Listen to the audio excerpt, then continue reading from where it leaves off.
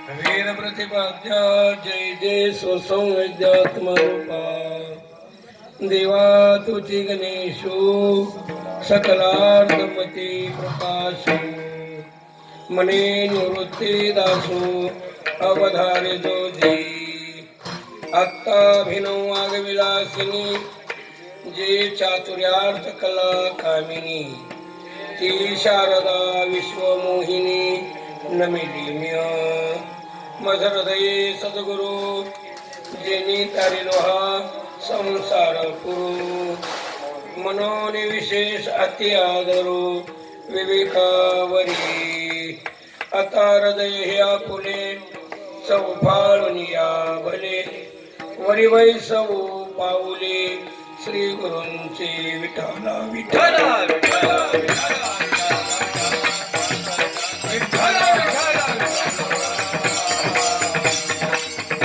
आजच्या प्रस्तुत प्राप्त प्रसंगी सेवेसाठी घेतलेला अभंग प्रतिष्ठान म्हणजेच पैठणचे शांतीब्रह्म एकनाथ महाराजांचा आहे. एकनाथ महाराज या अभंगातून संतांची संगती मागतात.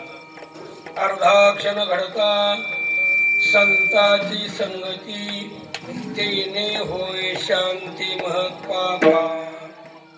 संत संग देई संत संग देई अनेक प्रवाही घालू नको. संसार मज न करणे सर्वथा परमार्थ पुरता हाती देई. संत संग देई संत संग देई अनेक प्रवाही घालू नको. जनार्दनाचा एका करुणा वचनी करी विनवणी पायापासी. संत संग देई संत संग देई अनेक प्रवाही घालू नको. पांडुरंगा करू प्रथम नमन पांडुरंगा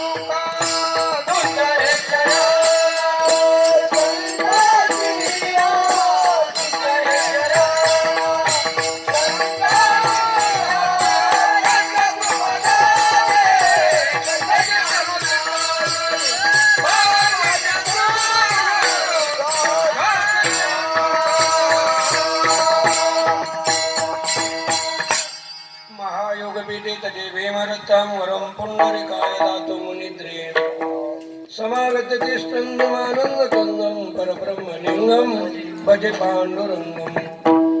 नमो ब्रह्मण्य देवाय गो ब्राह्मण हिताय च जगद्हिताय कृष्णाय गोविंदाय नमो नमः. लोकाभिरामं रणरंगधीरं राजीवनेत्रं रघुवंशनाथं कारुण्यरूपं करुणाकरन्दं श्रीरामचन्द्रं शरणं प्रपद्ये. मनोजवं मारुततुल्यवेगं जितेन्द्रियं बुद्धिमतां वरिष्ठं वातात्मजं वानरयुतमुख्यं श्रीरामदूतं शरणं प्रपद्ये.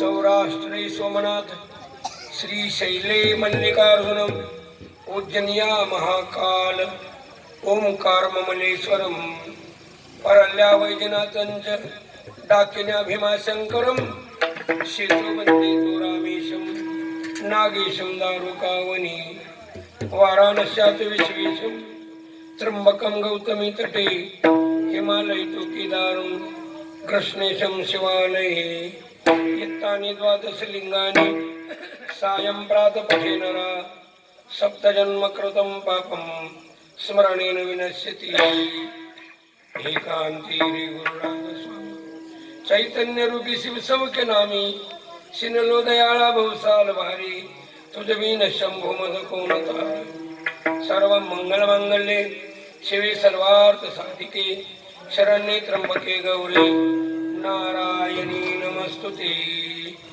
विवेकाने जाने सुगठित समाजा टिकविले महासिद्धांताचे गूढ हृदय रसिकत्व उकलिले लसित भक्ती रसे तरतरविला श्री भागवत तरू तया ज्ञानेशाचे विमल मतीने वंदन करू नमो सद्गुरु तुकया ज्ञानदीपा नमो सद्गुरु सच्चिदानंद रूपा नमो सद्गुरु भक्त कल्याण मूर्ती नमो सद्गुरु भास्करा पूर्ण कीर्ती माझी वाणी तुझे वर्णी गुणनाम ऐसे देई प्रेम काही कळा मस्तक हे पायावरी त्या वारकरी संतांच्या श्री संताची माता चरणावरी साष्टांग हे करी दंड रुक्मिणी पांडुरंग परमात्मा उमा महेश्वर राम भक्त हनुमानजी गुरुबा काका ज्ञानेश्वर महाराज तुकाराम महाराज टाळकरी वृंद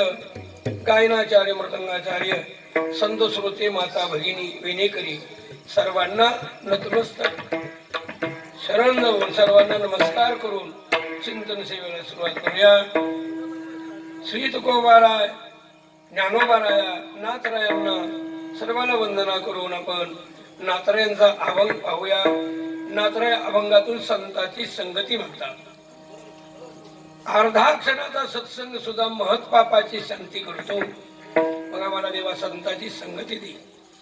संसार करावा वाटत नाही, पुरता परमार्थ करावा यासाठी संतांची संगती दे. अर्धा क्षणाचा सत्संग महत् पापाची शांती कसा करतो. आपण पुराणामध्ये कथा ऐकतो. रामायणामध्ये अनेक पुराणामध्ये वशिष्ठांचं आणि विश्वामित्राचं सुद्धा वैरत्वाची शांती अर्धा क्षणाच्या सत्संगानं झाली होती. विश्वामित्र ऋषी आणि वशिष्ठांचं का वैरत्व लागलं होतं तर वशिष्ठ ऋषींना ब्रह्मर्षी म्हणत होते आणि विश्वामित्र हे तपस्वी आहे. भरपूर तपस्या म्हटलं तर विश्वामित्रांची आहे आणि वशिष्ठ हे ब्रह्मर्षी आहे. त्यांना ब्रह्मर्षी म्हणत होते पण विश्वामित्रांनाही वाटायचं मला पण ब्रह्मर्षी म्हणावं. तपस्या केलेली आहे. ब्रह्मदेवाला म्हणतात मला पण ब्रह्मर्षी म्हणावं. नाही म्हणले आम्ही ब्रह्मर्षी म्हणून उपयोग नाही. प्रत्येक त्याला आता ब्रह्मर्षी वशिष्ठ आहे, त्यांनी तुम्हाला ब्रह्मर्षी म्हणावं, मग तुम्ही ब्रह्मर्षी. म्हणून जिथं वशिष्ठांचा सत्संग असेल तिथं आवर्जून विश्वामित्र ऋषी जायचे. विश्वामित्र ऋषी आल्याबरोबर सगळे श्रोते उठून उभा राहायचे, त्यांचा आदर करायचे. ज्यांची 60,000 वर्षाची तपस्या आहे त्यांना आल्याबरोबर नमस्कार तर करायचेच पण उठून उभा राहून त्यांचा आदर करायचा. त्यांनी बसा म्हणणार बसावं. आणि यांनी मात्र काय तसा आदर करावा. वशिष्ठ गुरु हे त्यांना शब्द सुमनानं आदर करायचे. या या पण या म्हणत असताना काय या म्हणायचे. या यावे राजर्षी असं म्हणत होते. पण त्यांना त्यात समाधान वाटत नव्हतं. त्यांना वाटत होतं की यांनी मला ब्रह्मर्षी म्हणावं आणि ते म्हणत नव्हते. या राजर्षी असं बोलायचं. म्हणून विश्वामित्र त्यांना विरोध करायला लागले. त्यांची काही लेकरं सुद्धा मारली, वशिष्ठांची मुलं सुद्धा मारली. पण हे त्याच्या प्रारब्धात असेल तसं असेल म्हणून त्यांनी कधीच म्हणायचं नाही. ती या राजर्षीच म्हणायचे. एके दिवशी आता यांनाच काहीतरी करायचं म्हणून निघाली होती. पण त्यांच्याच आश्रमाच्या पाठीमागे गेल्यानंतर वशिष्ठ आणि त्यांची पत्नी अरुंधती पौर्णिमेचं चांदणं पडलेलं होतं आणि चांदण्यात पुढे बसलेले होते. अरुंधती वशिष्ठांना बोलत होती पौर्णिमेचं चांदणं किती शुभ्र पडले हो. असं तप कुणाचं असेल का पृथ्वी तलावर? किती चांदणं शुभ्र आहे, चंद्र पूर्ण आहे. मग त्यावेळेस वशिष्ठ अरुंधतीला त्यांच्या पत्नीला बोलले, असं तप जर म्हणशील ना तर सध्या पृथ्वी तलावर विश्वामित्राचं आहे. विश्वामित्राचं तप असं भरपूर आहे. आणि हे त्यांनी ऐकलं. म्हणले आपण खरं तर म्हणले राजर्षीच आहोत, ब्रह्मर्षी वशिष्ठच आहेत. आपल्या पाठीमाग सुद्धा आपले निंदा करत नाहीत, आपल्या तपस्येची सुद्धा ते स्तुती करत आहेत पत्नीपशी सुद्धा. खरं तर ब्रह्मर्षी तेच आहे. म्हणून शस्त्रास्त्र टाकून दिलं आणि त्यांना शरणागत केली. शरणागत गेल्याबरोबर पूर्ण शरणागती पाहिली आणि वशिष्ठांच्या मुखातून शब्द आले, या ब्रह्मर्षी या या. आनंद वाटला त्यांना. वशिष्ठांनी आपल्याला ब्रह्मर्षी म्हणले. मोठ्या प्रेमानं आदरानं त्यांचा आदर अतिथी घेतलं, पण विनंती केली आमच्या घरी तुम्ही या. त्यांच्या आश्रमात वशिष्ठ गुरूंना घेऊन गेले आणि त्यांचा आदर आतिथ्य करून दक्षिणा म्हणून, आदर आतिथ्य केल्यावर दक्षिणा जी द्यायची, ती दक्षिणा म्हणून मी काय देणार म्हणजे तुम्हाला, तर दक्षिणा ही पुण्याच्या रूपात देणार म्हणजे, आणि त्याचा तुम्ही स्वीकार करावा. मग स्वीकार करायला तयार झाले वशिष्ठ गुरु. आणि त्यांनी हातावर पाणी घेऊन संकल्प सोडला, माझ्या 60,000 वर्षाच्या तपस्येतले 10,000 वर्षाची तपस्या तुम्हाला मी पुण्य हे तुम्हाला दान करत आहे. आणि पाणी सोडलं. पुन्हा योग आल्यावर यांनी त्यांना आश्रमात नेल्यानंतर त्यांनी असणार म्हणजे आदरातिथ्य करून पुण्याच्या स्वरूपात दक्षिणा दिली. पण वशिष्ठ म्हणतात, माझ्याकड या तुमच्यासारखं तपस्येचं पुण्य नाही, माझ्याकडे सत्संगाचं पुण्य आहे आणि मी ते देईन. ठीक आहे. आणि सत्संगाचं पुण्य देताना पाणी घेऊन म्हणाले, हो मावशी जरा हळू बोला की. नाही तो मध्ये बोलायला पुन्हा. अर्धा क्षणाचा सत्संग असणारा म्हणले मी तुम्हाला पुण्य देत आहे म्हणाले. अर्ध्या क्षणाचा सत्संगाचं पुण्य त्यांना दिलं. पुन्हा त्यांना वाटलं म्हणले मी किती मोठ्या मनानं तुम्हाला दान केलं. म्हणले 10,000 वर्षाची तपस्या, तुम्ही किती पुण्य देत आहात हो म्हणे. बोलतात आता सावकाश बोलतील, हळूहळू बोला. आई अर्ध्या क्षणाचं दिलं म्हणजे तुम्ही फक्त, मी 10,000 वर्षाचं पुण्य दिलं. त्यावेळेस वशिष्ठ विश्वामित्रांना बोलतात, तुमच्या 10,000 वर्षापेक्षा सुद्धा जर आमचा अर्धा क्षणाचा सत्संगाचं पुण्य श्रेष्ठ आहे. तुम्ही कुणालाही विचारू बघा. ब्रह्मदेवाकडे गेले. ब्रह्मदेवाने सांगितलं, मी या प्रश्नाचं उत्तरच सांगणार नाही. तुम्ही जा म्हणले आता विष्णू भगवंताकडे जा. ब्रह्मदेवानी सांगितलं नाही. विष्णुदेव म्हणले मी नाही, शिवजीकडे जा. आणि महादेवानी सांगितलं, दोघांनी नाही ना सांगितलं. ते उत्पत्ती करतात, हे पालन पोषणाचं कार्य करतात. माझ्याकडे संहार करायचं कार्य आहेच ना. मी या प्रश्नाचं उत्तर देत नाही. तुम्ही पाताळामध्ये शेषनारायणाकडे जा. आणि शेषनारायणाकडे गेल्यानंतर विश्वामित्राला वाटायचं माझं किती पुण्य मोठं आहे, 10,000 वर्षाचं पुण्य आहे. म्हणून हेच अगोदर म्हणायचे, आमच्या दोघांच्या पुण्यापैकी कुणाचं मोठं आहे. माझं 10,000 वर्षाचं पुण्य जास्त, काही यांचा अर्धा क्षणाचा सत्संगाचं पुण्य जास्त आहे. सांगा यातला फरक सांगा. मग शेष नारायण बोलतात, तुम्ही याच्या अगोदर कुणाकडे गेलता? हो जाऊन आलो. ब्रह्मा विष्णू महेश तिघाकडे गेलो, पण इथे सांगितलं नाही. मग ते त्यांच्याकडे काम आहेत म्हणून सांगितलं नाही ना. मग माझ्याकडे तर काही काम नाही का म्हणले. या पृथ्वीचं ओझं माझ्यावर आहे. ही पृथ्वी तुम्ही तुमचं पुण्य जास्त कोणाला वाटते ना ते सोडा म्हणले. पृथ्वीला थोडं माझ्या डोक्यावरचं वर व्हायला लावा. मग दम निघाला नाही. विश्वामित्रांनी लागीच हातावर पाणी घेतलं. त्यांच्या अर्धा क्षणाच्या सत्संगापेक्षा माझं 10,000 वर्षाचं तपस्येचं पुण्य नक्कीच मोठं आहे. पृथ्वी ते जर पुण्य त्याच्यापेक्षा जास्त असेल तर यांच्या शेषाच्या डोक्यावरचं तुम्ही प्रतिमाता थोडं वर व्हा आणि पाणी सोडलं. हल्ली सुद्धा नाही प्रतिमा. मग शेष नारायण म्हणतात, अहो त्यांना सोडू द्या, बघ तुम्ही सोडला हल्ली नाही ना, त्यांना सोडायला लावा. मग वशिष्ठांनी सोडल्याबरोबर अर्धा क्षणाचा सत्संग 10,000 वर्षाच्या तपस्येपेक्षा जर श्रेष्ठ असेल तर पृथ्वी माती तुम्ही शेषनारायणांच्या डोक्यावरचं थोडं वर व्हा. म्हणून पाणी सोडल्याबरोबर पृथ्वी माता आधार झाली.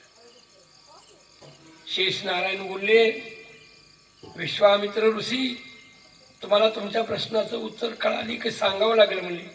कळालं म्हणले. माझ्या 10,000 वर्षाच्या पुण्यापेक्षा सुद्धा त्यांचा अर्धा क्षणाचा सत्संगाचा पुण्याचा भाग जो मला दिला तो नक्कीच मोठा आहे. आमच्या वैरातली शांतता झाली. अहो अर्ध्या क्षणाच्या सत्संगानं.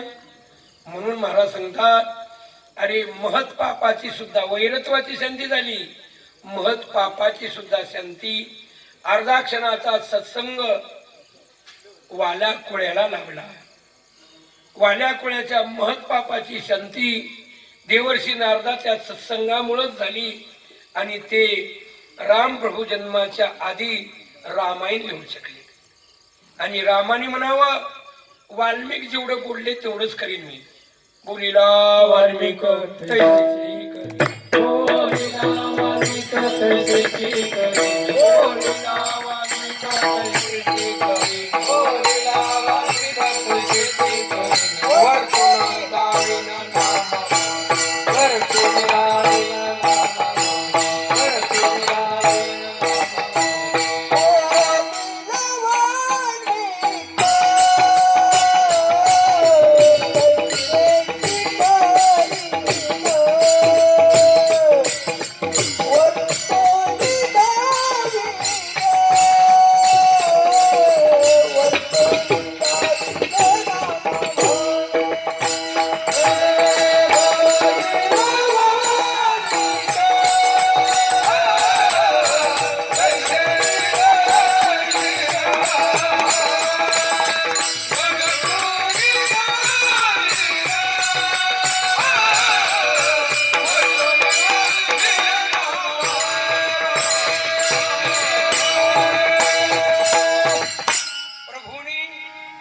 अवतार घेण्याच्या आधी रामायण लिहिलेलं होतं. आणि महाराज तेवढंच रामाने करावं. कधी एखाद्या वेळेस जरी वाटलं काही करावं, करता आलं नाही महाराज. कधी वाटलं होतं प्रभूला, ज्यावेळेस लक्ष्मणाने इंद्रजिताचा वध केला. इंद्रजिताचा हात तर सुलोचनेच्या मंदिरात जाऊन पडला होता. सुलोचनेनं कागद आणून दिला, कुणी तुम्हाला मारले, मी पतिव्रता असेल तर तुमचा हात लिहून देईल. हातानं लिहून दिल तर लक्ष्मण ती हातच घेऊन गेली होती महाराज तिथं रणमंडळामध्ये. कोण लक्ष्मण आहे म्हणे, माझ्या पतीला मारणारा असा लक्ष्मण कोण आहे. अहो आई तुम्ही लक्ष्मणानं कसं एवढं सैन्य त्यानंच कसं मारणार. माझ्या पतीने लिहून दिले. कसं काय मिल्यावर हाताने लिहून दिले म्हणजे, ही का हातात घेऊन आले, कागद हात त्यांनी लिहिले म्हणजे. हाताने लिहिले त्या अर्थी. मग आता ही शिर जे आहे, मग शिर आणि ते धन तिथे घेऊन बसलेलेच होते. म्हणजे ही शिर हसवायला म्हणून ही शिर हाताने लिहिले त्या अर्थी. मग आता शिर हसवायला, मग शिर सुद्धा हसलं होतं. म्हणले माझा जर पिता हित असता तर तुम्हाला काय मारायची ताकद होती म्हणजे इथं कोणाची. असं बोलल्यानंतर खतखताची हसू लागलं. म्हणजे कसं काय, तुझा कोण आहे म्हणजे, तू कुणाची मुलगी आहे. लक्ष्मण विचारू नये, मी शेषाची मुलगी आहे. आणि म्हणून ते हसत होत. त्यांनीच मारले म्हणजे, शेषाचाच अवतार तो होता म्हणून ते हसत होत. हसल्यावर सगळ्यांना वाटलं होतं आश्चर्य खरंच म्हणजे. म्हणून विचारलं होतं लक्ष्मणाने, कोण तुझे वडील आहेत सांग बरोबर, कुणाची मुलगी आहेस तू. मी शेषाची मुलगी आहे. मग लक्ष्मण वाटला, आपलीच, मी शेषाचाच अवतार आहे, आपलीच मुलगी आहे म्हणजे. हिला आपण असं केलं. रामा मी कधीच काही मागितलं नाही तुला, एवढी जीवच करून द्यायचं का. आम्हाला सुद्धा वाटलं लक्ष्मणाला कधी काही मागितलं नाही. अरे जो कोणी असा 12 वर्ष निराहार आणि ब्रह्मचर्य राहील त्याच्यात हातून मृत्यू नाही तर मृत्यूच नव्हता. एवढा अट्टासाने ह्यालाही केलंय आणि आता तोच म्हणत आहे माझ्यासाठी एवढं करून ह्याला जिवंत करा. करतो पण सगळे म्हणजे थांबा रामा. लक्ष्मणानं इंद्रजिताला मारलं हे हाय रामायण, पण जिवंत केलं कुठं अध्यात आहे का बघा नाही की म्हणजे करता येत नाही तुम्हाला. तेवढंच करा. वाल्मिकानं जेवढं बोलले तेवढंच करा. एवढी रामाने सुद्धा त्यांची तेवढंच करावं. अधिकार कशाने आला? तेवढं जर पाप असत असा अधिकाऱ्याला नसता का? पण त्यांचं पाप एक फक्त माणूस मारला तरी एक मोहरीवनी खडा टाकावा असली 7 रांगणं भरलेली आहेत. अपार पातक आहे. पण त्या पापाची शांती झाली फक्त अर्धा क्षणाचा. देवर्षीने अर्धाचा सत्संग झालता. पाप कर्म सोडून दिलं, नाम चिंतन केलं, त्यांच्यावर वारूळ चललं आणि त्यांनी महाराज रामायण राम प्रभू जन्माच्या आधी लिहिलं. त्याला अनागत भाष्य म्हणतो. मग त्या महत् पापाची शांती सत्संगानच झाली. म्हणून एकनाथ महाराज म्हणतात अर्धा क्षणाचा सत्संग महत् पापाची शांती करतो. पहिल्या क्षण अर्धा क्षण अर्धा क्षण घडता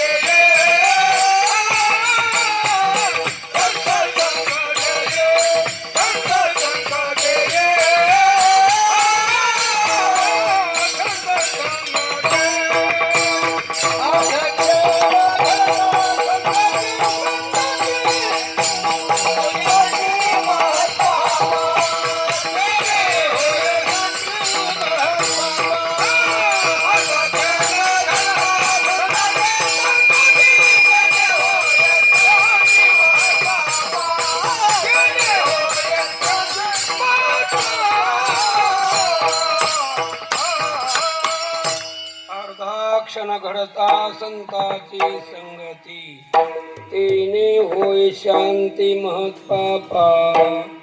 म्हणून नाथराय संताची संगती मागतात. संत संग देई, संत संग देई. आणि सत्संग सोडून बाकीच्या या प्रवाहामध्ये आम्हाला घालू नको. अरे एकदा तरी एका असा जो वाल्या कोळी जसा चोऱ्या माऱ्या दरोडे करणारा, पण तसाच एक दरोडेखोर मात्र अंधकाळाच्या समयाला त्याच्या मुलाला जवळ बोलावून घेऊन वचन घेतो. आणि काय वचन घेतो तर फक्त वचन घेताना म्हणतो तुम्हाला वचन दे. बाबा काय वचन द्यायचे सांगा? तर मला एवढंच वचन दे, कीर्तनाला कधी जाणार नाही म्हणून वचन दे. आपण केव्हा कीर्तनाला जातो म्हणजे चोऱ्या करणं हेच काम आहे आपलं. कीर्तनाला कुठे जातो म्हणजे? पण कोणी नाही एखादा संगतीनं माणूस जात आहे. सवय नसली तरी बी संगतीनं जाऊ शकते. एखाद्याला सवय नसली तरी बी संगतीनं काही अनाचार संगतीनंच करते. तसं तू एखाद्या वेळेस संगतीनं जायला बघशील तर मला वचन दे, मी कीर्तनाला कधीच जाणार नाही म्हणून वचन दिलं. बाबा मी कीर्तनाला कधीच गेलो नाही आणि इथून जाणार नाही बाबा म्हणून मी वचन देतो म्हणजे वचन दिलं. आता अजून एक वचन दे म्हणजे फक्त. काय बाबा अजून वचन? कीर्तनाला जाणार नाही म्हणून वचन दिलं, पण ते कीर्तन करणारे, रामायण सांगणारे, अगदी काही बाबा ज्ञानेश्वर रूपाने वचन करणारे ही लोक कवाच घरला आणणार नाही म्हणून कीर्तनाला जायचं नाही, पण ती लोक सुद्धा आपल्या घरला नको म्हणजे कवा. कीर्तनकार, कोणी तर पुती सांगणारे, ज्ञानेश्वरी वाचून सांगणारे प्रवचन हे कवाच घरला आणणार नाही म्हणून वचन दे. कवाच त्या लोकांना घरला आणणार नाही वचन दे. 2 वचनं घेतली आणि त्याचे वडील गतप्राण झाले. वडिलाला वचन दिलेलं आहे. आधी जातच नव्हतो, पण आता आवर्जून कधीच कीर्तनाला जायचं नाही हा नियमच त्याचा. जसा हिरण्यकश्यपूचा नियम होता राज्या देवाचं नाव कुणी घ्यायचं, तसा ह्याचा नियम काय झाला, कीर्तनाला कधी जायचं नाही आणि ती लोक गावाला आणायचे नाही. बापाला वचन दिलं. आणि योगायोग असा होता, भगवंताच्या जर मनात असेल सत्संग द्यायचा तर सत्संग होत असतो. सत्संगासाठी फार भगवंताची कृपा पाहिजे. महाराज सुद्धा म्हणतात, बहुत आनंद जन्माचं जर सुकृत असेल, अवघड आहे संताची भेटी, पण भगवंताची कृपा झाली होते. बहु अवघड आहे संत भेटी, परी जग जेठी करुणा केली. भगवंताची जर कृपा झाली, अवघड आहे संत भेटी, पण होत असते संत भेट म्हणतात. एखाद्या वेळेस सूर्य आस्थामानाला चाललेला धरता येईल, पण संत भेटी होत नसते. असता जाता रवी धरवे, पाये हेळा सागर तरवे, चंद्र अमृत सुखी सेवे, पर्या साधूची भेटी न होईल ऐसे कैशाने भेटती ते साधू. कशाने भेटतील तर सुकृत आणि भगवंताची कृपा झाली तर भेटत असतात. आता याच्याकडे तरी कधीच कीर्तनाला गेलेला नाही, कधी कीर्तन करणारे लोक सुद्धा घरला आणायचं नाही म्हणतो, एवढा निश्चय आहे. कुठून देवानं कृपा केली असेल, भगवंतांनी त्याच्यावर कृपा केली. याला सत्संगच घडवायचा म्हणतो, हा करायचाच नाही म्हणतो, याला अर्धा क्षणाचा सत्संग घडवायचा. आणि तो चोरी करण्यासाठी चाललेला होता. कीर्तन ऐकलं म्हणून थोडं लांबून जायला बघू लागला, पण तरी शब्द ऐकूच येऊ लागला. कानात बोट घातली त्याने. ही कीर्तनाला जरी आपण नाही, पण कानावर कीर्तन येईल. आपण कीर्तनात जाऊन बसलेलो नव्हतो, पण बाजूने चालल्यावर कीर्तनाचे शब्द कानावर घेत होते. त्यानं वडिलाचं वचन पाळायचं म्हणून कानात बोट घालून चालला असं कडकडे. आणि एकदम चांगलं कीर्तन ऐकू येईल अशा ठिकाणी आला की भगवंतांनी त्याच्यावर कृपा केली. ती कृपा म्हणजे त्याच्या पायात काटा मोडला. आपल्या तुकोबाऱ्यांना भाकरी घेऊन जाताना डोंगरावर जसा करवंदीचा काटा जिजाबाईच्या पायात मोडला, त्यांच्या टोपलं सुद्धा खाली पडलं. खालीच बसले, त्यांना काटा काढल्याशिवाय पाऊल टाकता येईना गेला. भगवंतांनी काटा काढला तिथला. पण इथं मात्र महाराज या दरोडेखोराला पायात काटा मोडला, तो खाली बसला. पायात काटा मोडलेला आहे, पाऊल टाकायला येत नाही, कानात बोट आहे, ती कशी क्रिया होणार? चलायची क्रिया होत नाही आणि काटा काढायची क्रिया बंदच. कीर्तन ऐकायचं नाही म्हणून खोर बसू म्हणले. वडिलांना तिथूनच सांगितलं, बाबा म्हणले मी वचन दिलं तर तुम्हाला, मी काही कीर्तनाला गेलेलो नाही, पण कीर्तन ऐकू येलं होतं म्हणून कानात बोट घालून चाललोय. म्हणजे पायातला काटा काढीस तोड एक बोट काढतो म्हणे. आणि उजव्या कानातलं बोट काढलं, उजव्या हातानं अवसान धरून म्हणता येतं. उजव्या कानातलं बोट काढलं, काढल्याबरोबर शब्द पडायला चालू झाले आणि याची क्रिया काढायची चालू झाली. काटा काढेपर्यंत शब्द त्याच्या कानावर पडले. कीर्तनकार सांगत होता, देव देवी जर प्रगट होऊनच भेटीला कुणाला आलीस तर ओळखावी कशी ही देव आहे देवी आहे म्हणून. तुम्हा आम्हा सर्वांच्या सावल्या पडत असतात. देव देवीच प्रगट होऊन आली तर तिची सावली पडत नसते एवढी खूण आहे. विठ्ठल विठ्ठल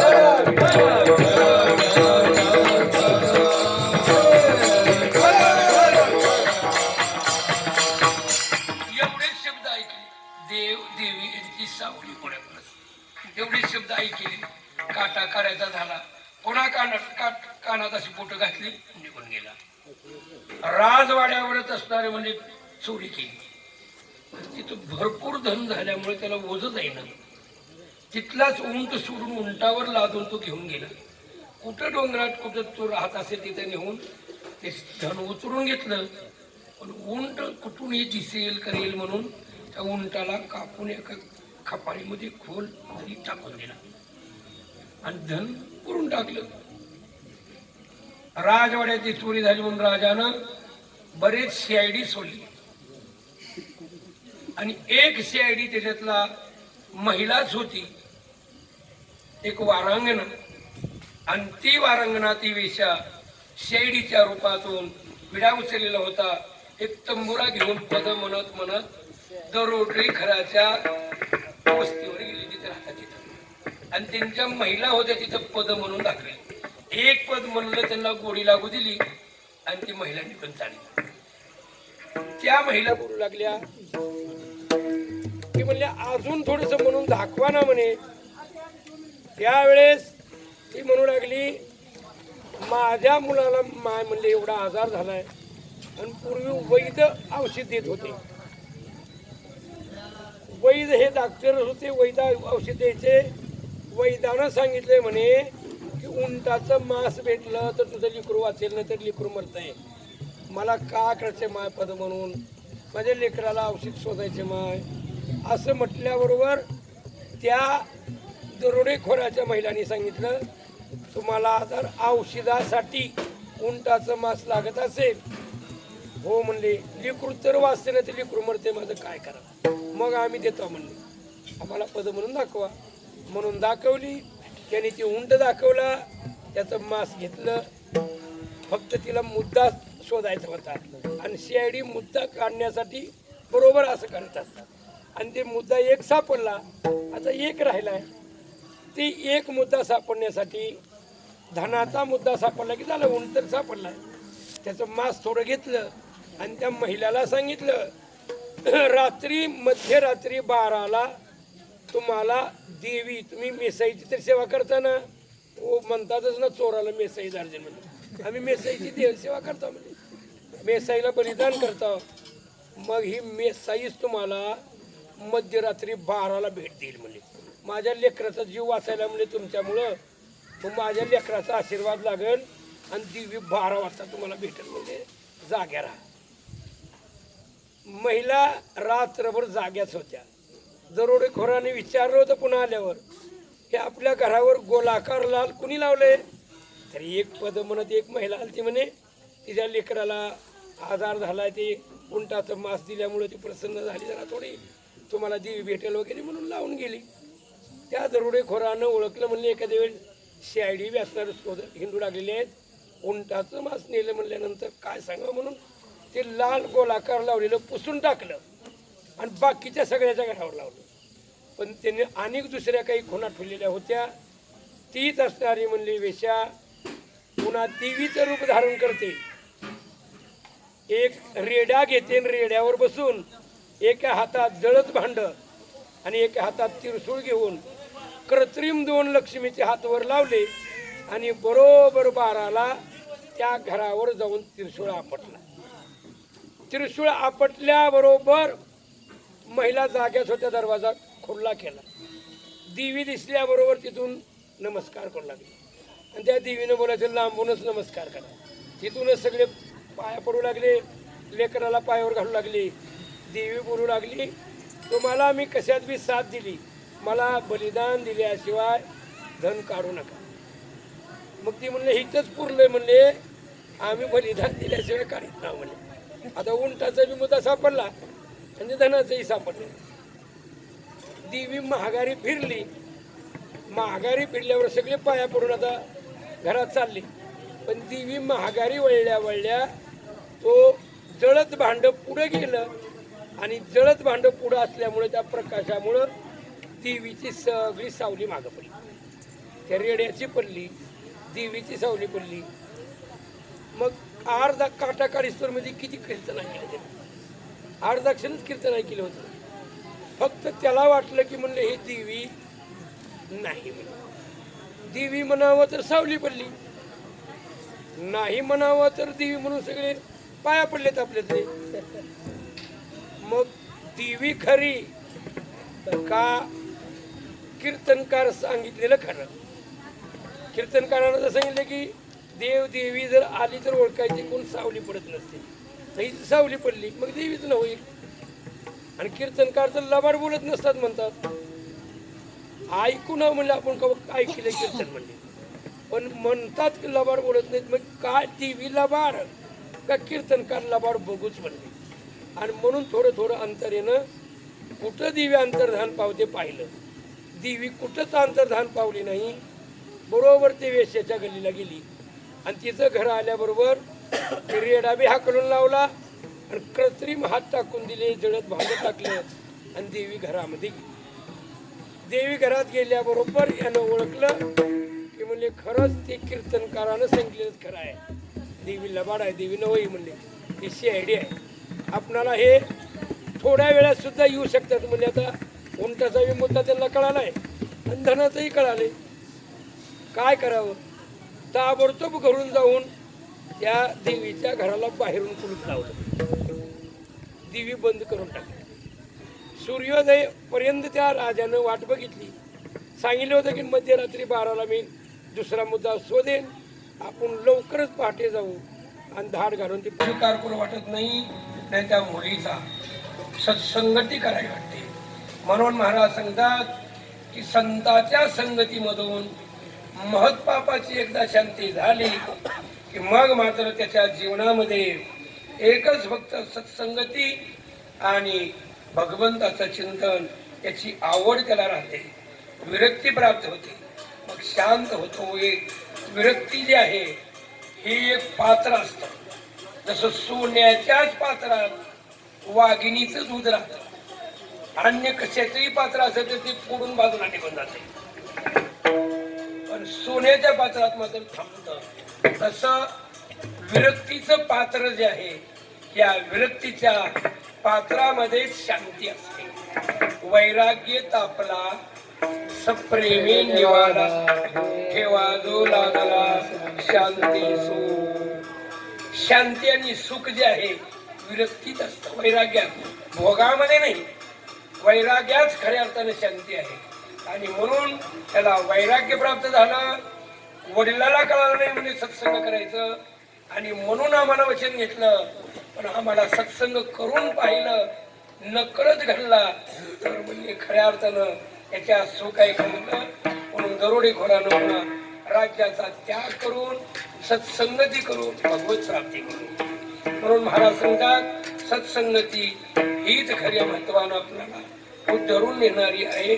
2 चरणाचा विचार केला म्हटलं भजन होईल आणि 2 चरण पाहूया. विठोबा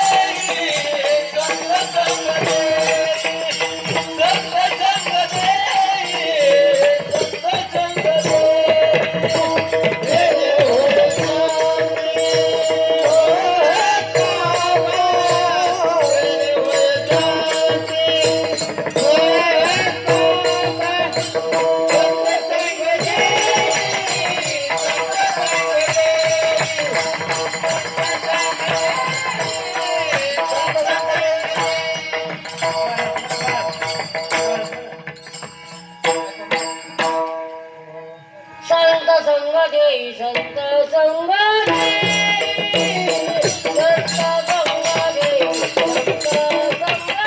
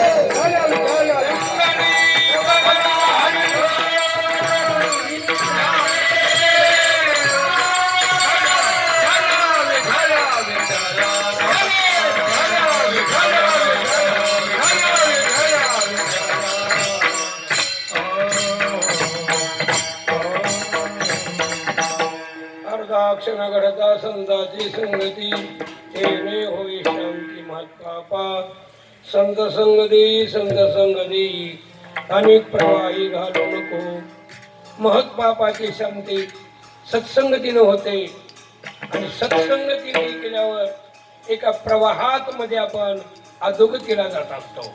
म्हणून तर महाराज म्हणतात आपण नाही कीर्तनाला गेलं आणि दुसऱ्याला नाही जाऊ दिलं तर इतकं पाप होईल. आपण नवजे हरी कीर्तना इतरा वारी जाता कोणा त्याच्या पापे जाणार ठेंगणा तो महामेरू. त्याच्या पापानं मेरू सुद्धा ठेंगणा पडेल इतकी पाप होतात. आणि म्हणून सत्संग करावा संकीर्तन ऐकायला जावं श्रवण करायला जावं महत् पुण्य आहे. आपण दुसऱ्याला घेऊन जावं त्याला सुद्धा महत् पुण्य आहे. आता इथं महाराज सांगतात मग संसारातलं का मागितलं नसेल नातानी काही सत्संगतीच मागतात. संसार मात्र नातराय म्हणतात मला करावा वाटत नाही. फक्त पुरता परमार्थ करावा वाटतो. संसार मज न करणे सर्वथा. संसार का करावा वाटत नाही. तुकोबाराय सुद्धा म्हणतात संसाराच्या नावे घालून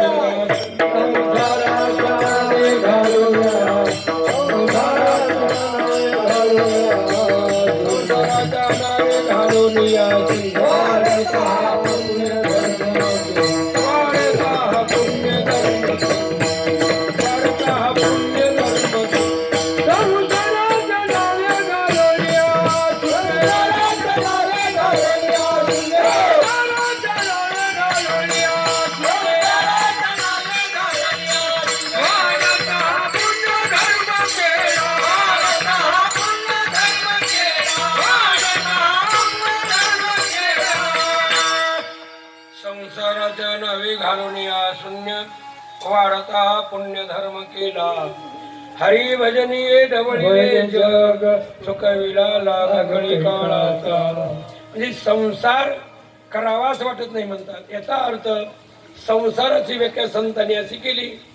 आपण संसार म्हणजे एखादं घर त्याच्यात काही चार उतरंडी काही धन वगैरे धान्य. पण संत संसार याला म्हणतात पुन्हा जन्मन आणि पुन्हा मरण. अगाव भजने आणि निमने हे सासते जे मानणे हा जीव लोक म्हणे संसारवास. हा जीवदशा म्हणजे याच्या या अनेक प्रकारच्या वासना आणि त्या वासनेपोटी पुन्हा जन्म घेणं आणि फक्त दुःख भोगायचं. पुन्हा मरावं पुन्हा जन्म घ्यावा. कारण जन्माचं कारण शोधलं तुकोबारायांनी. जन्माचे ते मूळ पाहिले शोधून दुःखाचे कारण जन्म घ्यावा. अरे दुःख भोगण्यासाठी जन्म घ्यावा लागतो, पण त्याच्यासाठी नाही. इथं त्यांना जन्म याच्यासाठी घ्यावा वाटतो की फक्त सत्संगती आणि चिंतनासाठी. मग सुखाने घाला मला, तुका म्हणे गर्भवासी सुखी घालावी अंबासी, गुण गाई नावडी हेची माझी सर्व जोडी. तुझं गुणगान गावं, तुझं चिंतन करावं, आणि मग जन्माला जरी आलं तरी ते गर्भवासाचं दुःख नसतं, कारण हृदयामध्ये चिंतन आहे ना. गर्भवासी दुःख नाही येता जाता, हृदय असता नाम तुझे. तुझं हृदयामध्ये चिंतन असल्यामुळं ते दुःख तेवढं जाणवत नाही, आणि म्हणून संसाराच्या नावाने त्यांचं शून्य आहे. हा संसार प्रत्येक संतांनी केली असती, तुम्हामासारखे त्यांनाही पत्नी असतील, त्यांनीही असणारे तुम्हामासारखे असणारे मुलं बाळ असतील, परंतु त्यांची जी कर्म आहे ते भगवंताला समर्पित होतात. विहित कर्म आहे, निषिद्ध कर्म नाही. थोडक्यात विधी ते पाळीत, निषेधाते गाळीत, आणि मद देऊनी जाळीत कर्म फळीत. विधीनं केलेली कर्म ते भगवंताला अर्पण करतात. जसं संन्यासी जो असतो, संन्यासीला संसार नाही म्हणताना, मग संन्यासी काय करतो, तो कर्माचा त्याग करतो, आणि संत कर्माच्या फळाचा त्याग करतात. म्हणून दोन्ही सारखे. धर्मपत्नी सोडली, प्रत्येक स्त्री आई समान मानतात, आणि मग त्याला बी नैष्टिक ब्रह्मचर्याचंच फळ मिळत आहे. फक्त धर्मपत्नी सोडली तर प्रत्येक स्त्री आई समान मानतात ते, आणि म्हणून त्यांचं संसाराच्या नावानं शून्यच आहे. हा, आणि महाराज त्यांना नैष्टिक ब्रह्मचर्याचे जे फळ आहे ते भेटतं त्याला, आणि म्हणून असं त्यांना संसार करावाच वाटत नाही. याचा अर्थ विहितच कर्म करावे, निषिद्ध कर्म करणेच नाही, आणि विधीने केलेले भगवंताला समर्पण. आणि विशेष करून संसारामधलं काही मागितलं नाही. म्हणजे बघा, एकनाथ महाराजांच्या जीवनामध्ये त्यांचं चरित्र जर पाहिलं तर त्यांना सत्संग तर त्यांना वाटतच होता, पण अनेकांनाही सत्संग भेटावा म्हणून नातांच्या घरी मोठा चौकन तिथं प्रवचन कीर्तन राहायचं. लोक श्रवण करण्यासाठी यायचे. काही पापामुळे असणारे म्हणजे येत नसतात, पण श्रवण करता करता पाप निघून जातात. अज्ञानामुळे पाप करत असतो माणूस, मग तेच ज्ञान झाल्यावर पाप कर्म करणार नाही. म्हणून कीर्तन असणारे म्हणजे ठेवायचे. कीर्तनाला जास्त लोकांनी यावं म्हणून एकनाथ महाराजांनी साखरेचं पोतं ठेवायचं, आणि कीर्तन सुटल्यावर असं वंजळीनं साखर वाटायची. साखर जास्त येणे म्हणून लोक कीर्तनाला वाढले. पण वडार समाजाचे लोक म्हणू लागले, दिवसभर आपण दगड फोडलेले टणकून गेलेला आहोत, कुठं कीर्तनाला जावं. साखरासाठी काही काही म्हणायचे चला, पण म्हणे कीर्तन सुटल्यावर साखर असते, तोवर कव जागावं म्हणले आपण दगड फोडलेले म्हणून जायचे नाही. पण एक जण गेलेच, एक माता भगिनी आणि 2 पुरुष. जीवन झाल्यावर त्यांना कीर्तनाला बसायला असं नको वाटायला लागले, दमलेले.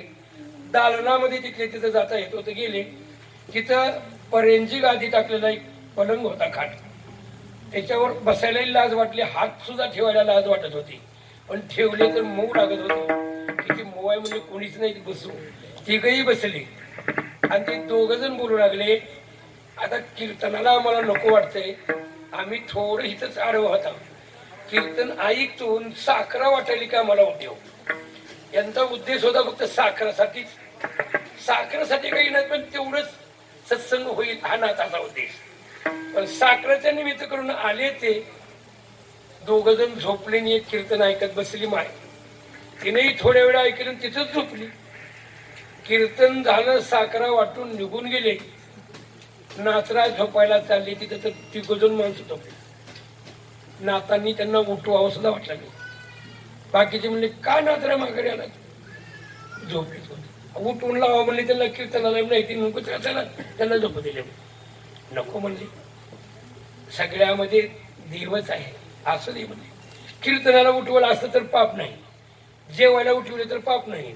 मला झोपायसाठी कशाला उठवायचं, मी पहिला झोपून काय होते आजच्या दिवस. खाली झोपले.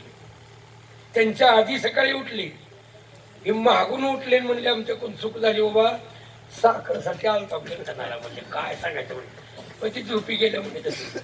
पण असं द्या म्हणजे त्यांना सुद्धा व्यवस्था जेवणाची पुन्हा साखरात येऊन वाट लावलं. पण एके दिवशी तर तसेच गुपचूप चोरच दडून बसले आणि सगळी सामसूम झाल्यावर साखरा वाटून दरवाजा मोठा बंद झाला की त्यांनी चोरी करायला चालू केली.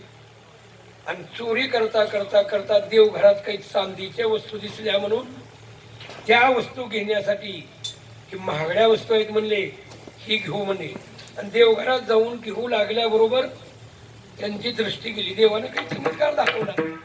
होतंय तसं कधी कधी देवाचं जर मनात आलंच तर होत असतंय. आमच्या गावातल्या जुनी माणसं सांगतात, सिद्धेश्वराच्या पिंडीवरचा मुखवटा चोरांनी घेऊन चालले होते म्हणे. पण त्या बारवाच्या थोडं पुढे गेल्याबरोबर तरी त्यांचं डोळं गेलं, तिथं टाकून गेली. थोडा कोसा पडलेला, मग ही सोडून गेले म्हणजे पण महागाई डोळंच गेलं त्यांचं. मागं पहिलं की दिसाय टाकून गेले निघून. तसं यांना त्या चांदीच्या वस्तू उचलल्या डोळं गेलं. डोळे गेल्याबरोबर ते बोलू लागले, म्हणले माझं डोळे गेले तरी तुला दिसत असलं तर वाड्याच्या बाजूला काढ बाबा एवढं. ते म्हणलं माझं बी डोळे गेले तर. एकनाथ महाराजांनी हा आवाज ऐकून तिथं आले आणि एकनाथ महाराज त्यांना अभय देतात. संसार करणारा माणूस असं करेल का? घरात अडकली ती चोर आणि पुन्हा त्यांना प्रतिकार करता येत नाही. आंधळी झाली ती की त्यांना काय मारता येणार आहे का? आपल्याला काहीच करता येत नाही, दिसत नाही. पण तरी एकनाथ महाराज त्यांना म्हणतात, भिवू नका, पळू नका, पळताना अटकळून पडचाल हातपाय मोडन. म्हणजे मी तुम्हाला मारत नाही म्हणजे खाली बसा. बसले. आम्ही चोराव म्हणजे तुमच्यातलं महागाच्या वस्तू गोळा केल्या तर महाराज काय करावं, चूक झाली म्हणून असू द्या म्हणजे काही मारत नाही तुम्हाला. म्हणजे कवापासून डोळं गेलं? तुमच्या देवघरात आल्यापासून गेले तर म्हणजे. बरं बरं बरं म्हणजे असू द्या. एकनाथ महाराजांनी त्यांच्या डोळ्यावरून हात फिरवला आणि देवाला विनंती केली, यांची दृष्टी दे. संसार करणारा माणूस म्हणेल का त्यांना दृष्टी दे? चोर कसली सापडली ती म्हणेल किती घरात आहे आणि डोळं गेलेला किती त्याला मार देईल. पण मार न देता त्यांना डोळे द्यायला लावले. हा परमार्थ आहे. म्हणजे अपकार्यावर उपकार, याला परमार्थ म्हणावं. एकनाथ महाराज भागवतात म्हणतात, अपकार्यावरी कोपला तो तात्काळ नागवला आणि अपकार्यावर उपकार केला तो दादूला परमार्थ. मोठा परमार्थी जर कोण असेल, अपकार्यावर कोणी उपकार केला असेल आणि संतांनी अपकार्यावरच उपकार केले. असं तर उपकार किती केले, पण अपकार्यावर उपकार. बघा तुकोबारा यांनी त्या मुंबाजी बुवानी काटेनी मांडले आणि ते कीर्तनाला रात्री नाहीत म्हणून विना दिला म्हणले थोडे वेळ भजन घ्या म्हणले. त्यांचं जागा रिकामा आहे. तिथं जाऊन म्हणले तुम्हाला मला मारल्यामुळं हात दुखत असतील, मी चुकवून देतो तुमचा हात, चला खेळताना. त्यांचे हात चुकले म्हणजे अपकार्यावरच उपकार. तसं एकनाथ महाराजांनी अपकार्यावर उपकार केला, अपकार्यावर कोपले नाही. मग त्यांनाच दृष्टी द्यायला लावली भगवंताला. देवा पाप झाला असेल यांच्याकडून, नकळत झाला असेल, यांच्यावर रागावू नका. नाम संकीर्तनम यस्य सर्व पाप प्रणाशनम प्रणामो दुःख शमनस्थम नमामि हरि परम. भागवताचा श्लोक सांगतो की नाम संकीर्तनम यस्य सर्व पाप प्रणाशनम आणि प्रणामो दुःख शमनस्थम नमामि हरि परम. म्हणून हात फिरवू नका. नाताने विनंती केलेली आहे. त्यांच्या घरी पंढरीचं दैवत नांदत होतं. महाराज लगेच त्यांना दृष्टी आली, चोराला दृष्टी आली. कितीतरी ते आनंदित झाले आणि म्हणू लागले, नाथराय फार उपकार केला आम्हाला, पुन्हा दृष्टी दिला, बस झालं म्हणजे आम्हाला फक्त वाड्याच्या बाहेर जाऊ द्या. आता कधीच चोरी करणार नाही. थांबा, मी तुम्हाला कधीच मारणार नाही, काय नाही. तुम्ही जीवन कधी केली ती सांगा. कोणी विचारले? संसार करणारा माणूस विचारतात, परमार्थ करणारे ती त्यांना विचारतात जेवण कधी केले. म्हणजे 8 दिवसभर आम्हाला जेवणच भेटले नव्हते. थांबा म्हणले. पुन्हा बायकोला उठवलं, गिरजा उठ म्हणजे उठ गिरजा. का? ही उपाशी तर देव आपल्या घरी म्हणजे भाकरी टाकली, 4 भाकरी टाकल्या, भाजी केली, त्यांना जीव घातला आणि आता जावा म्हणे ही गोळा केलेली घेऊन जावा वाटत नका म्हणजे पास व्हावं म्हणजे तेवढंच जेवून दिलं पास झालं गेलेले डोळा आले म्हणजे अपकारावर उपकार केला हा परमार्थ आहे. अपकारावरी कोपला तो तात्काळ नागावला, अपकारावरी उपकार केला तो दादूला परमार्थी. अपकारावर सुद्धा उपकार केले. ज्या यवन समाजातील व्यक्तीने नाथांच्या अंगावर 108 वेळेस थुंकावं, नाथांनी फक्त पुन्हा आंघोळ करून यावी, पण पुन्हा 109व्या वेळेस मात्र तो खाली उतरून पाया पडतो. नाथराय त्याला महाराज त्या सगळ्या पापापासून मुक्त करतात. येवन अंगावरी थुंकला प्रसाद देऊन मुक्त केला. अरे अपकारावर किती उपकार केलेले आहेत. संसार करणारा माणूस असं करत नाही, परमार्थ करणारे आहेत आणि परमार्थ बी पुरता तात्पुरता नाही. आपण काही काही वेळेस फक्त सप्तापुरता करतो असं नाही. पुरता परमार्थ म्हणतात ते. परमार्थ पुरता हाती दे म्हणजेच अपकारावर सुद्धा माझ्याकडून उपकार व्हावा हे नाथाचा उद्देश आहे. आणि त्याने पुरता परमार्थच केला. अभंगाचं 3रं चरण सांगितलं.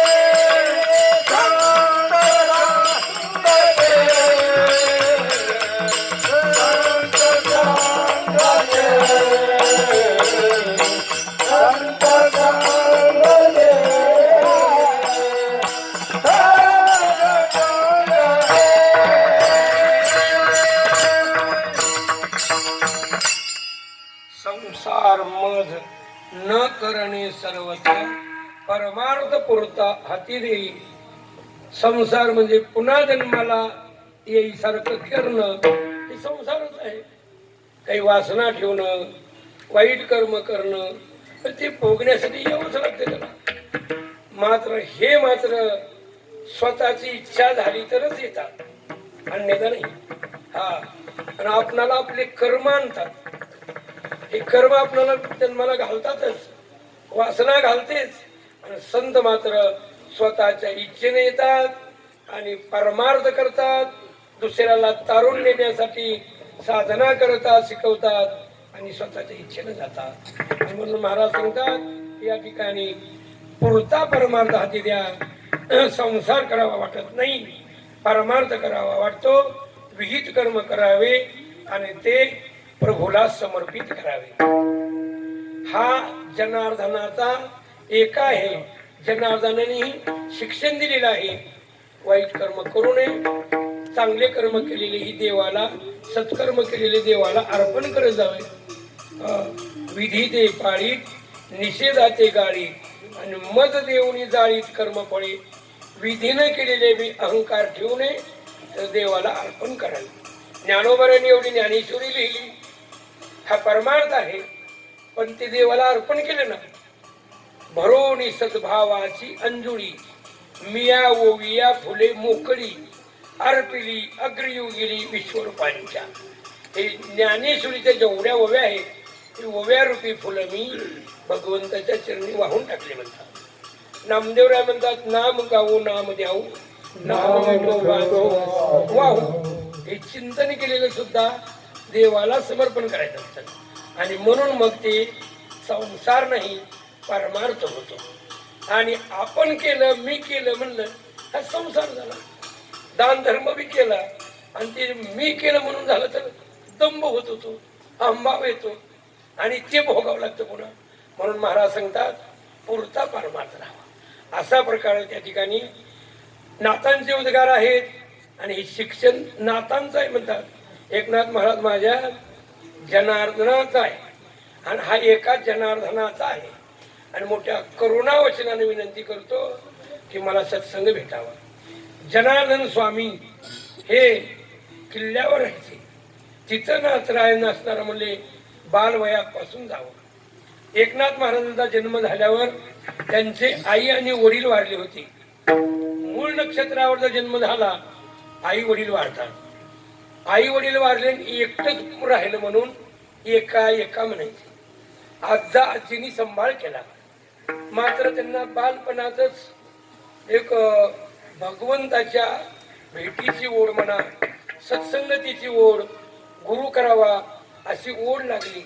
आणि किल्ल्यावर जाऊन जनार्दन स्वामीचं भेट घेऊन त्यांच्याकडून महाराज अनुग्रह, नामजप घ्यावा आणि साधना अनुष्ठान करावी. ही नाथांची कृपा आहे बघा, जनार्दन स्वामींची कृपा आहे. हा एका जनार्दनाचा आहे. आणि मग हे नाथांनी भावार्थ रामायण असणार लिहिलेलं आहे. भावार्थ रामायण लिहिले, परमार्थ पूर्तता केली. नाथांना रुक्मिणी स्वयंवर केलेला आहे, भारुडं केली, अभंग केले, तसेच अनेक ग्रंथ केले. पण पुन्हा वाटायला लागले की भागवतावर बी टीका करायची. तशी गीतेवर टीका ज्ञानोबारांनी केली, ईश्वरी ज्ञान ज्ञानेश्वरी. भागवतावर टीका करावी आणि भागवत मराठी करावं. आणि चालूच केलं नाथांनी पैठणमध्ये 5 अध्याय केले. पण एका सदग्रस्तानं ते 5 अध्याय घेऊन काशीला गेले. तिथं स्नान झाल्यावर वाचू लागले. काशीतील पंडितांनी त्यांना प्रतिबंध केला, नाही वाचायचं म्हणे, मराठी भागवत वाचायचं नाही, नाथांना अधिकार नाही म्हणजे करायचा. तसं तुकोबाऱ्यांना सांगितलं होतं अधिकार नाही अभंग लिहायचा. मग काय करून लिहिलं, तुझ्या हातानं दगड बांधून टाकून दे, रामेश्वर शास्त्रीने सांगितलं. तसं नाथांना प्रतिबंध केला लिहायचं नाही म्हणून. पण नाथांना एकदम नाही, ते भागवत घेऊन जो ग्रस्त गेलता त्यांना आणि तो ग्रंथ घेतला त्यांनी. पुन्हा नाथांना कळवलं. इथून नाथांना काशीला घेऊन गेली. काशीला गेल्यानंतर पंडितांनी एक सेवक पाठवला, कसला नाथ आहे बघून या. एकनाथ महाराज शांत मुद्रा गंगेचं स्नान करतो. त्यांच्या सेवकांनी सांगितलं फार शांत आहे तो, देवदर्शनाचाच आनंद आहे म्हणजे खरं. पण पंडितांना वाटलं की मग यांना बघणंच नको म्हणे, तोंडच बघायचं नाही, पडदा लावा आणि पडद्याच्या बाहेरून बसवा, मी प्रश्न विचारेन. पण मध्ये जाता जाता सहज पाहिलं, नातांना पाहिल्यानंतर खरंच ईश दर्शनासारखंच वाटलं. पण म्हणे आता यांना प्रश्नच करू नको, पण याच्या पुढे भागवत लिहू नये तुम्ही. हे लिहिलेलं भागवत आम्ही सेवकाकडून गंगेमध्ये टाकू म्हणले. नातराज शांत आहेत बरं का, काहीच म्हणत नाही त्यांना. शांत, केवढी शांती आहे. मर्जी देवाचा असेल होईल. बघा काही मोठी माणसं एवढी शांत असतात, एखादं कर्म सिद्धीला गेलं म्हणून हुरळून जाणार नाही आणि अडचण आली म्हणून दुःखी होत नसतात. ज्ञानोबा आहे सांगतात, आदरिले कर्म दैवे जरी समाप्ती ते पावे, तेच चेनी तोषावे ही नको, की निमित्त कोणी एके सिद्धी नवसता ठाके, तेच चेनी अपरितोके शोभावे ना. म्हणून ते रागावत नाहीत, शांती धरून राहतात. आणि ते सेवकापाशी दिला, गंगेत जाऊन टाका म्हटल्याबरोबर त्यांनी सोडला. पण गंगामाईलाच हात फुटले, वज्र चुडा मंडित हात वर आले. गंगामाई एका स्त्रीच्या रूपानं प्रगट झाली आणि हातात भागवत घेऊन भर भर भर नाथरायाकडे गेली. पंडित बघत आहे, बापरे म्हणजे काय अधिकार आहे यांचा.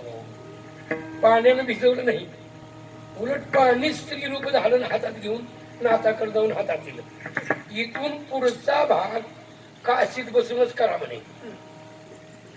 मग काशीतील सगळे नाथांचा जय जयकार करू लागले. नाथ म्हणले माझा नको, त्या भागवताचा करा. नाही म्हणले तुमची तर हत्तीवरून मिळवणूकच करायची, माझी नकोच म्हणजे त्या भागवताचीच करा. आणि उरलेला भाग काशीत केला त्यांनी. तरी पण त्या पंडिताबद्दल सुद्धा एवढं सुद्धा वाकडं लिहित नाही. लिहिताना तिथे लिहितात की ग्रंथ आरंभ प्रतिष्ठानी, म्हणजे पैठण आरंभ केला तिथं. तेच पंचाध्याय निर्मोही, उत्तर ग्रंथाची करणी काशी पिता माघारी केली. उत्तरार्ध काशीत झाला. जे या ग्रंथाचा आदर करते, अथवा उपेक्षिती, केवळ जे कोणी निंदिती, तेही आम्हा ब्रह्ममूर्ती सद्गुरु रूपे. कोणी निंदा करू ती आम्हाला ब्रह्ममूर्तीच आहे. अहो असं कसं म्हणतात, तिथे टाकून द्या म्हणाली होती.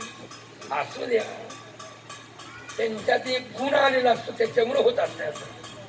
ते आम्हाला ब्रह्ममूर्तीच आहेत. हे आमच्या जनार्दनाने शिकविले म्हणले. हेच शिकविले जनार्दने. काय शिकविलं गुरुने? सगळ्यामध्ये देव बघा.